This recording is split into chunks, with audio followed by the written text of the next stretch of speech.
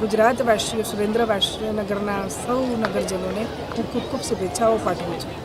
આપણે સૌ જાણીએ છીએ તે પ્રમાણે દેશ આઝાદ થયો ત્યાર પછી આપણા વડાપ્રધાન શ્રી નરેન્દ્રભાઈ મોદી અત્યારે હાલ ગુજરાત અને દેશ 1947 પછી જે વિકાસની અવિરત ગાથા આગળ વધી રહી છે તેને આગળ વધારી રહ્યા છે ને એના જ કારણે આજે આપ સૌ જાણો છો એ પ્રમાણે દેશ પ્રગતિ કરી રહ્યો છે અને ગુજરાત પણ આખા દેશનું એક રોલ મોડલ બન્યું છે અને એમાં સુરેન્દ્રનગરનો પણ સર્વાંગી વિકાસ થાય એવો રાજ્ય પ્રયત્ન કરી રહ્યો છે.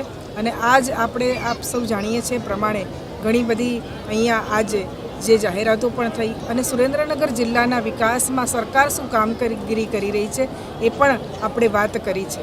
આપણા દેશના વડાપ્રધાન શ્રી નરેન્દ્રભાઈ મોદીએ હમણાં જ થોડા વખત પહેલાં જ જે સોમનાથમાં ધ્વજારોહણ કર્યું છે એ પણ સૌરાષ્ટ્ર માટે એક ખૂબ ઉત્તમ કાર્ય થઈ રહ્યું છે અને લોકોને ખબર પડે કે સોમનાથ માટે આપણે સૌ લોકોએ શું પ્રયત્ન કર્યા છે અને સોમનાથ અત્યારે ખૂબ સારી રીતે વિકાસ અને ભક્તિનું એક સ્થાન પ્રસ્થાપિત થયું છે.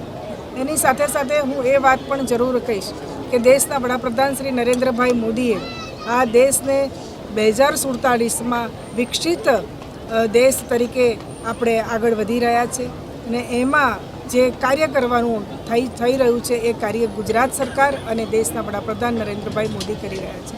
ગુજરાતના મૃદુ અને મક્કમ મુખ્યમંત્રી ભૂપેન્દ્રભાઈ પટેલ પણ આ સરકાર દ્વારા ખૂબ સારું ગુજરાતના વિકાસનું કામ થાય એ થઈ રહ્યું છે. આપણે સુરેન્દ્રનગરને જોઈએ તો સુરેન્દ્રનગર પણ આજે ખૂબ વિકસિત જે જિલ્લો થઈ રહ્યો છે. હમણાં થોડા વખત પહેલાં જ ગ્લોબલ સમિટમાં આપણા સુરેન્દ્રનગર જિલ્લામાં પણ થઈ છે. દેશના અને વિદેશના લોકો અહીંયા ધંધા અર્થે આવે અને સુરેન્દ્રનગરનો વિકાસ થાય એવો પ્રયત્ન ચાલી રહ્યો છે.